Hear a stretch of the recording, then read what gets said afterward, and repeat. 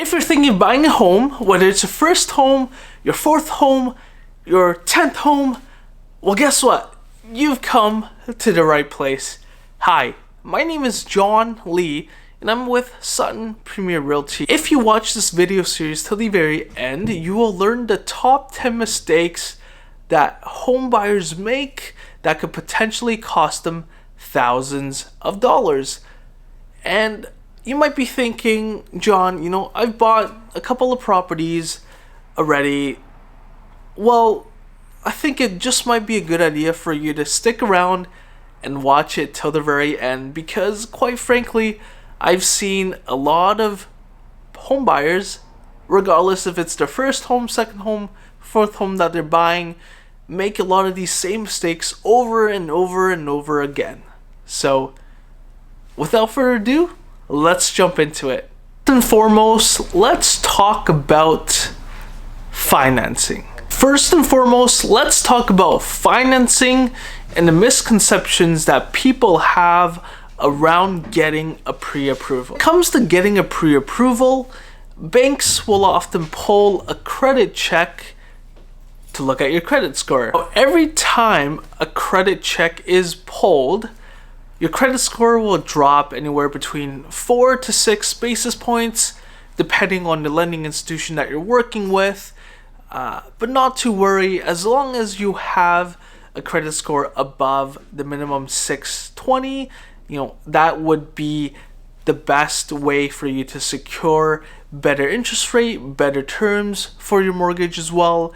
And quite frankly, 4 to 6 basis points doesn't really affect your credit that much. And that's the number one misconception that people have, because they assume that if they go get pre-approved, even if they might not be looking to buy, that their credit score is gonna magically drop by hundreds of points and it's gonna make them look bad.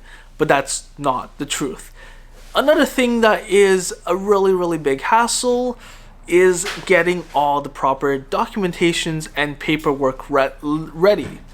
Every lending institution has different requirements, different forms that you have to submit, different documents that you have to provide from your company, and it's quite a hassle to piece everything together. But the good news is, once you do it once, everything is all handed in and you have compiled the correct paperwork. You don't have to look into it any further or come up with any more paperwork in the future.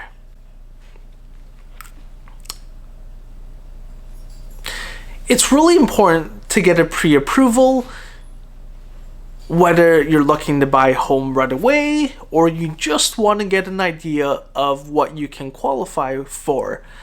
Because without a pre-approval, you really don't know what your budget is, or you really have no idea how much you can make or how much you could be pre-approved, so you have a goal to save up and work toward. It's really important to get pre-approved, because without it, you really have no idea how much your budget is. Whether you're looking to buy within 3 months or you're looking to buy in 5 years, it's always a good idea to know exactly what your pre-approved is, and that way you can work backwards to know exactly how much you have to put away every month for a down payment. Or you might want to look into getting a second job or finding a way to increase your income so you can qualify and get the amount that you need for the type of home you want to buy. Trust me, I've done this before, but I would hate to show you a home that you walk in and fall in love with and you say, John, this is the home for me, but then unfortunately for the banks to turn you away and reject you and say no. I don't want to put you through that emotional roller coaster, and trust me, you don't want to be there. Another benefit of getting a pre-approval is the fact that you get to lock in your interest rate for 90 to 120 days, again, depending on the type of lender that you're working with. And this is extremely helpful when there's a lot of speculation that, the Bank of Canada might raise their interest rates again, or in the process of maybe raising the rates or a rate hike in the near future. If you lock down the interest rate today, that means you're good for 90 to 120 days, which could potentially save you tens of thousands of dollars if they do bump up. Now, I had a client, her name was Jennifer. She was pre-approved and ready to go. This was actually a referral from one of my many trusted mortgage brokers that I work very closely with.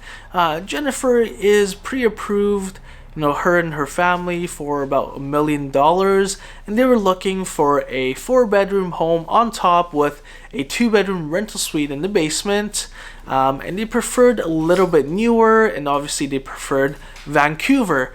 However, with the given budget and the type of property that they're looking for, we kind of figured that it wasn't quite feasible to find a property for her in Vancouver. Her best options would be to move further out to New West or Surrey. And in Surrey, we looked at a couple of properties, and I came across the one property, with 4 bedrooms upstairs, 2-bedroom basement suite in the basement, rented out for $2,400 a month. It's a 25 years new building, which is significantly newer than what you could find in New West. In comparison, it's on a 7,000 square foot lot, has a big backyard where their kids can run around and play. This was the perfect home for them. And we wrote an offer in, at full ask, $1 million. Unfortunately, the sellers, they were looking at a closer completion date, meaning they had to pack their bags and take the funds and find a way to relocate and move to Toronto because the husband got a job there, and so they were hoping to close within a month. Unfortunately, Jennifer did not have her down payment ready because a relative of hers was going to send the money over from overseas, and they would need about 2 months for closing dates. And sad enough, the seller did not go with our offer, unfortunately, and that's because the down payment was not ready. So one thing to keep in mind for you home buyers out there is before you even start looking at homes, before you get a mortgage pre-approval, to make sure you have the down payment amount saved up. Now, I would really encourage you to have a conversation with your mortgage broker. That could range anywhere between 5% to 20% of what you needed that to be saved up before you can think about buying a home. So I would really encourage you to at least get the conversation started, for you to work out a game plan with your mortgage broker. If you need recommendations, please feel free to reach out to me, and I would be more than happy to recommend you to my trusted mortgage brokers. But it's important to have that conversation so you know exactly how much you need to save every month, so that you can potentially save up enough down payment to buy a home in the near future, whether that's 3 months from now, 6 months from now, 1 year from now, or 2 years from now. That's very important, because you don't want to be like Jennifer. You don't want to be pre-approved, ready to go, find your dream home, but because the down payment is ready, you lose out and you miss that home. Again, just to reiterate, make sure you have your down payment ready before you start looking for your home. Excuse me.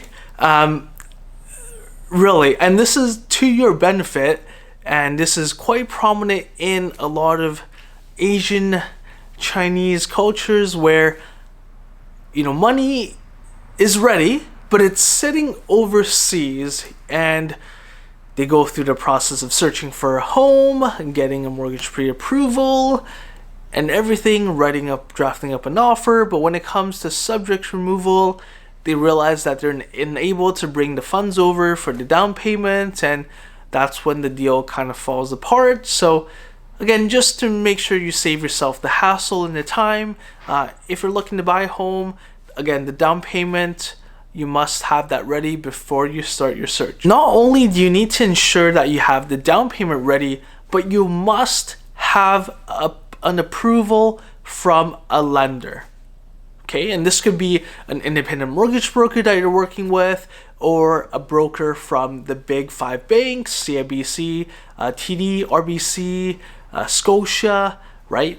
any lending institution that you work with, you want to make sure that you have a pre-approval letter from them, and it must be written. I emphasize again, it must be a written pre-approval letter. Do not take any verbal pre-approval from these mortgage brokers or lending institutions.